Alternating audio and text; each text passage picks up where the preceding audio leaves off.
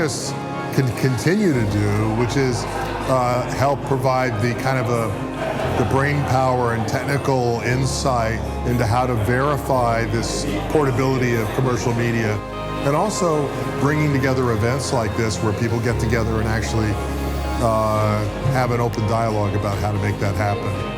But probably more significant is the change in the way that content itself is being produced and what kind of content we're consuming.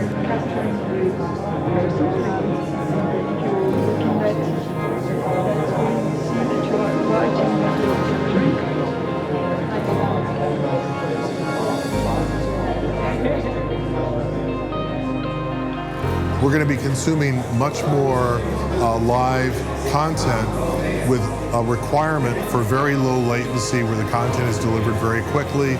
I think that is a lot of the kind of just the hard work, engineering work of advancing the technologies forward. But again, all of this depends on the portability of the media, and that's the kind of the central issue we've been working on for the last decade.